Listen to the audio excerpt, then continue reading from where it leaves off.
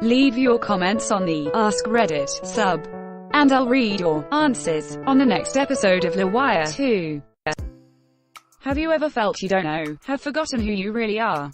That you've spent years just adapting to surroundings to make life easier and don't know what's the real you anymore? If so, how did you overcome this? There's probably no real you that exists across time. That's just a thing you built up when you were younger to give yourself a stable identity and core values. The you now is just as real as the you then. We all adapt to our surroundings and change to make our lives easier. There's absolutely nothing wrong with that. If you're unhappy with your life now, you can adapt by changing. You need to believe that. And you probably know it since it seems to be something you're afraid of. But this is the real you now. And you need to focus on the needs of that person, not some idealized phantom from the past. This is exactly what I needed to hear. Literally moved to a completely new city all by myself yesterday. I know no one, but I know I just have to give myself enough time and I know I'll settle in just fine. Nashville is a place I've always wanted to live. The music, the streetlights, and the ability to get lost in the crowd. I honestly feel like I'm in a dream. I don't know what to do or even how to actually move into this big city. I'm just learning everything on the fly and have no idea what I'm even doing sometimes. Thankfully, my super amazing instincts kicked in and now it feels like I'm living two personalities. One being instinct MOSHKA who makes the decisions about where I need to go next, where to search for an apartment, where to eat food, where to travel, etc. And then the normal me, MOSHKA, who now just sits back and enjoys the ride. If you see a scrawny Indian kid with a beard walking across downtown Nashville today looking clueless, it'd probably be me. You can do it. Lots of communities you can join as well if you ever start feeling lonely. You've got this. I'm just the amalgamation of hundreds of people. I don't know if it helps. But everyone gets influenced by those around them, whether they want to or not. I've noticed that I unconsciously pick up those traits and others around me pick up mine. It's our nature. It can be healthy. It can be unhealthy. It can be in the direction we want to go in or not. But I think it's helpful to be aware of that and use it to your advantage. Figure out if those around you are the type of person you want to be. If not, try and find those that are. It's not easy, but being aware of it may help. Though mainly and mostly together in mind, with hope for ahead and at peace with behind, in essence and earnest. I have to confide, I'm still not for certain I know who's inside. But that's what's amazingly freeing. You see, perhaps there just isn't a definite me. And maybe I'm made up of others like you, but maybe you're made up of me really too. I guess you decide for how long, or how far, and if you're not happy, you change who you are. If me isn't certain, and me isn't set, then changing is easy. I'm not finished yet. I always see it as outgrowing my former self. It's time to improve, find purpose, and move into the next chapter. This often happens once I finish a major step in life. Like graduating college, getting my first job, buying and improving my house to my satisfaction, etc. Once I put life on potential autopilot to all the things I thought I needed. I need something else to be a mission, journey. Edit. Loving the responses. Can't respond to everything, but if you need to reach out, send me a message, not chat. Can't guarantee I can solve your problems, but I can hopefully leave you with some motivation and positive outlook. This reminded me of a comment I saved from you, Techniforus, that I thought was really lovely. A mentor of mine once talked about a cocktail party that he had attended. He was talking to this woman for about 15 minutes about her 7 husbands before he realized she had been married once. First she fell in love with the man who pursued her in high school. But he was completely different than the one who went to college. Those different from the one who got his first job. And he from the one who climbed the corporate ladder to save up for their first house. That all changed when they had children. And again with an empty nest finally. She was married to the 7th.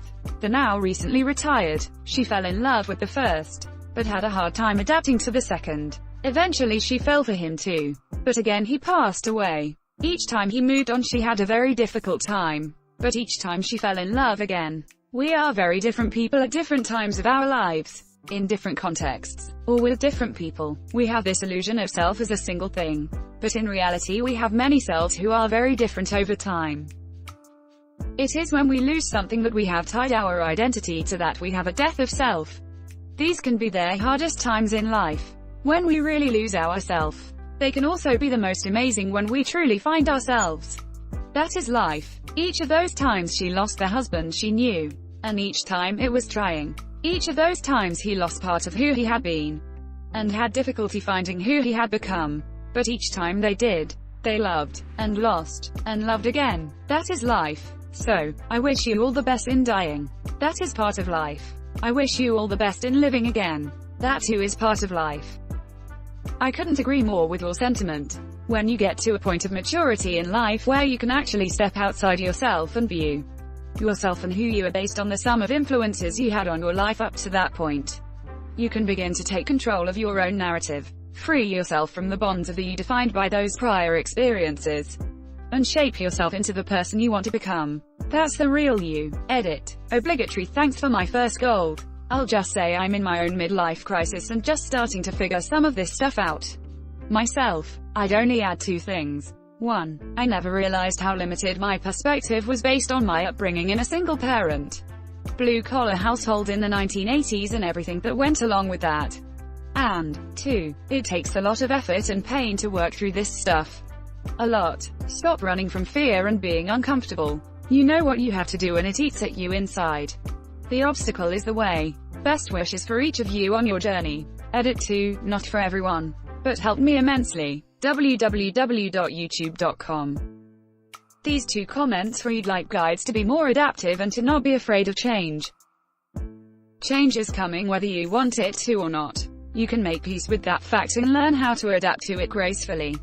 Or you can not. One is way better than the other. Live alone. It forces you to decide what you like to eat, how you want to eat, how you spend your downtime. It forces you to define who you are. Sometimes that's a fast food eating couch potato, but eventually that gets boring. Then is when you begin experimenting with other things. Cooking, going out, asking yourself, what do I want to do? When you learn who you are, you become confident. Be right back. Gotta tell my wife and 3 kids to frick off because I have to go find myself. Update: I'm on my Ducati heading toward California. Last I saw of those frickers, they were crying as I flipped them off and wheelied into the sunset. Update: 2 picked up a biker hoe named Marla. She reeks of cigarettes and booze and I'm pretty sure she's wearing a wig, but is willing to pay for gas and give BJ's until Denver.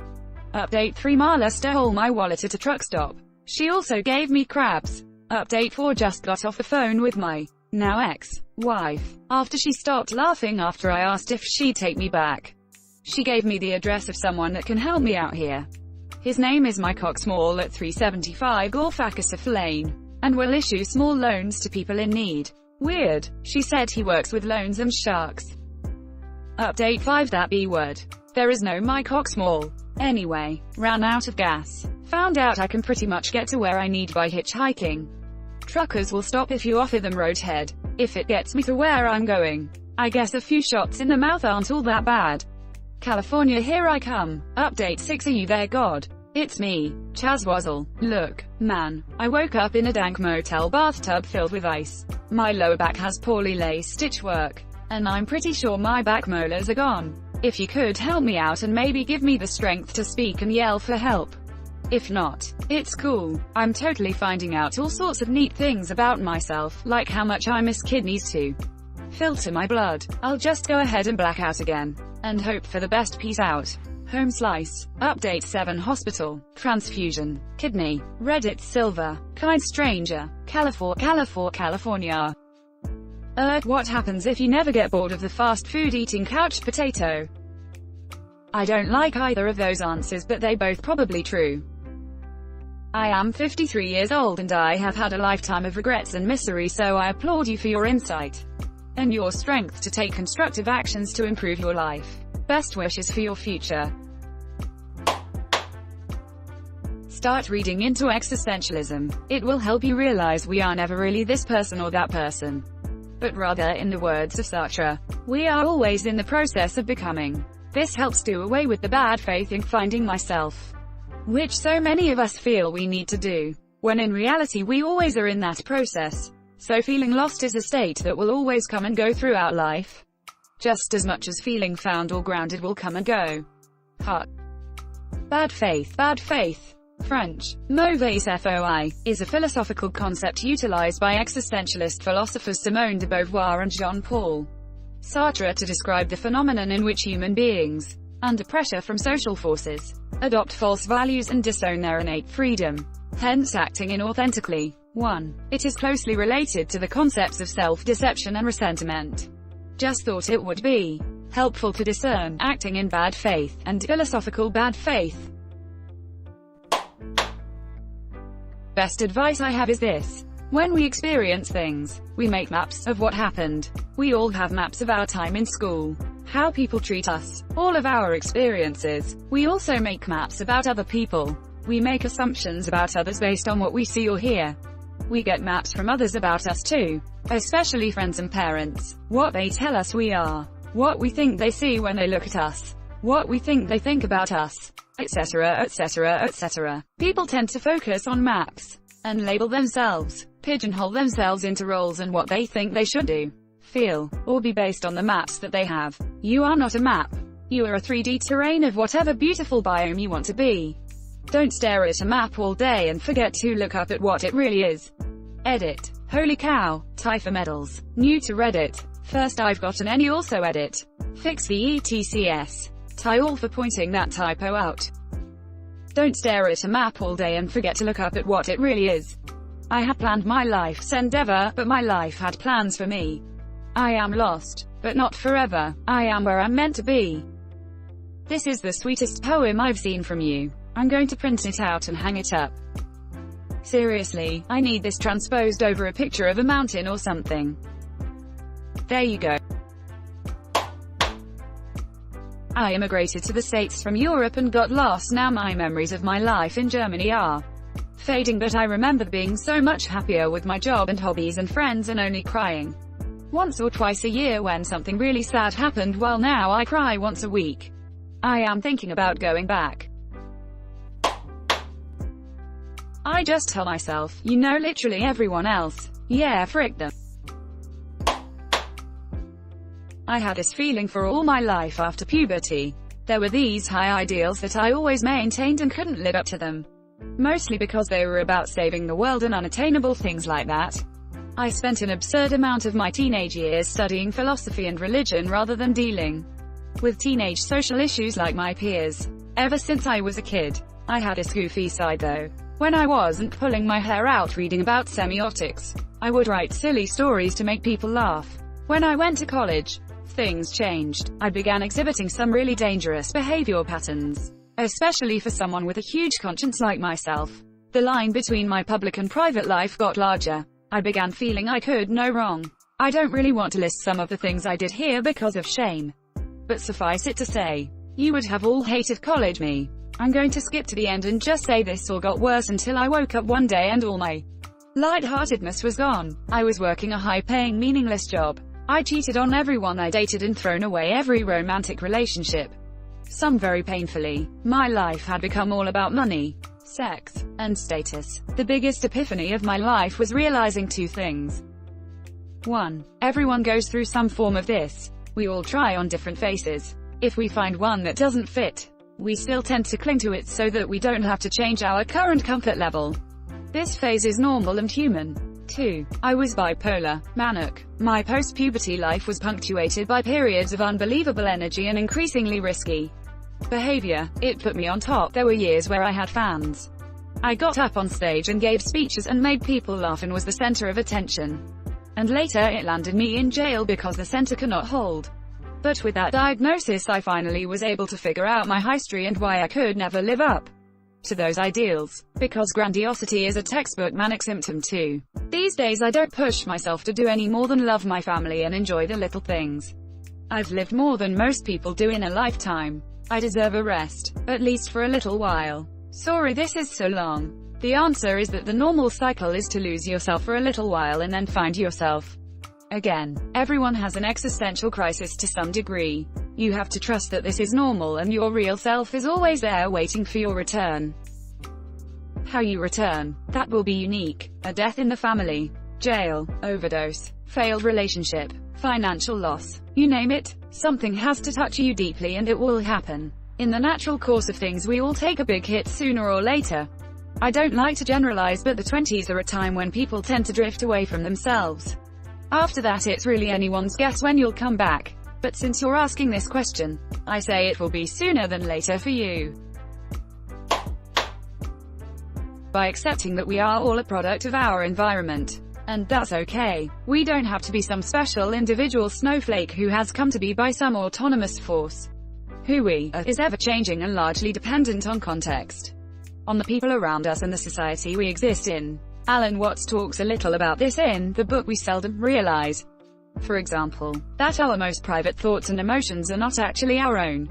For we think in terms of languages and images which we did not invent, but which were given to us by society. Our social environment has this power just because we do not exist apart from a society. Society is our extended mind and body. Yet the very society from which the individual is inseparable is using its whole irresistible force to persuade the individual that he is indeed separate. Society as we now know it is therefore playing a game with self-contradictory rules. To be quite frank, I'm not sure I've ever known who I was. Something always seems to be missing from my programming. Some part of the code is blank. I haven't found the correct formula, if you will, to patch it. I have spent my whole life simply adapting to everything that was thrown at me. I won't go into the gory and twisted part of my life. Those details may be saved for a later date and a more on-topic question. But my life has never failed to throw gut-wrenching curveballs towards me. I cope with what I have been given, floating around in a seemingly empty shell. As for the reality part, I have no idea what is real or not. This all feels so simulated. Life feels like nothing but a sandbox simulation to me. No matter how many nights I wake up screaming and gasping for air. No matter how much pain I feel. No matter how happy and in love I may be. It all feels like a sick and melancholic game. I am not real to myself anymore. My life is no longer real. I already struggle with numerous mental illnesses. So my lines between reality and fantasy are already blurred much more drastically than the average person's, thus making my time with it even more difficult. I haven't found an off button yet. I haven't found even the simplest of controls. The pause button is erased and everything. The volume, the frame rate, absolutely everything is up to the most unrealistic level. My life feels like a surreal sandbox game, and I can't get out of it. Chilling, really. Thanks for watching LWIAR 2. The best of all time r/AskReddit submissions and comments. If you like this video, check out the original LWIAR channel. And don't forget to like and subscribe.